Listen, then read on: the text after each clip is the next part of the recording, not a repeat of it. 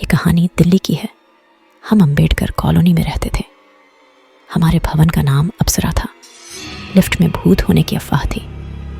दरअसल एक महिला ने 14वीं मंजिल से कूदकर आत्महत्या कर ली थी।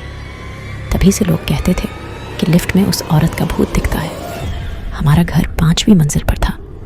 हालांकि मैं भूत की बात पर ज़्यादा विश्वास नहीं करता था, लेकिन फिर भी रात को लिफ्ट में जाने से डरता था। खैर, मुझे लिफ्ट की भी ज़रूरत नहीं थी। एक दिन मैं अपने एक मित्र के साथ घर वापस आ रहा था। वह भी उसी बिल्डिंग में रहता था। उस समय रात के करीब 10 बज रहे थे।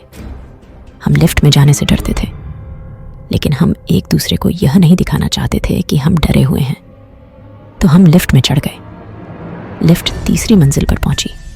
दरवाज़ा आधा खुला और अपने आप बंद हो गया। लिफ्ट ऊपर जाने लगी। हमने लिफ्ट को रोकने की कोशिश की, लेकिन कोई भी बटन काम नहीं कर रहा था। लिफ्ट ऊपर की मंजिल पर गई और फिर नीचे की मंजिल पर आ गई। ऐसा 7-8 बार हुआ और फिर लिफ्ट 14वें फ्लोर पर जाकर रुकी। लिफ्ट का दरवाज़ा अपने आप खुल गया। हम बहुत डरे हुए थे। हम जल्दी से लिफ्ट से नीचे भागे और अपने अपने घरों में दाखिल हुए।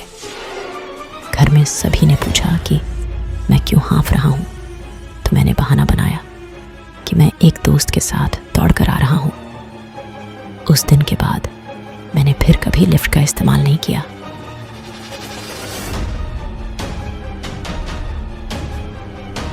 मेरा नाम अमर है।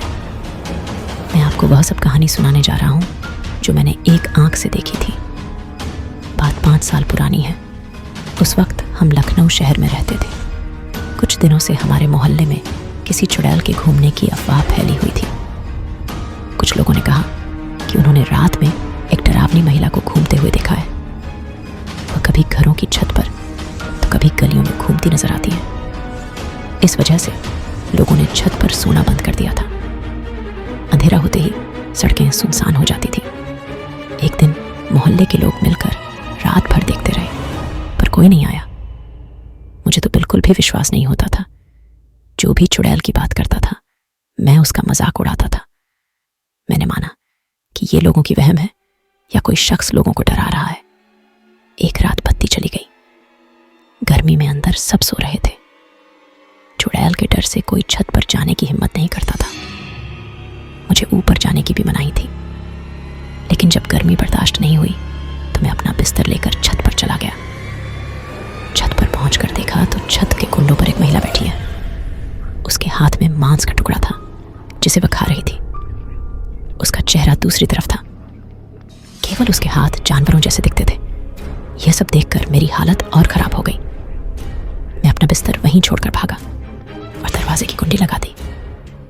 उस दिन से मैं भी डायन की बातों में विश्वास करने लगा। अगले कुछ दिनों तक डायन दिखने की घटनाएं होती रहीं, लेकिन कुछ दिनों बाद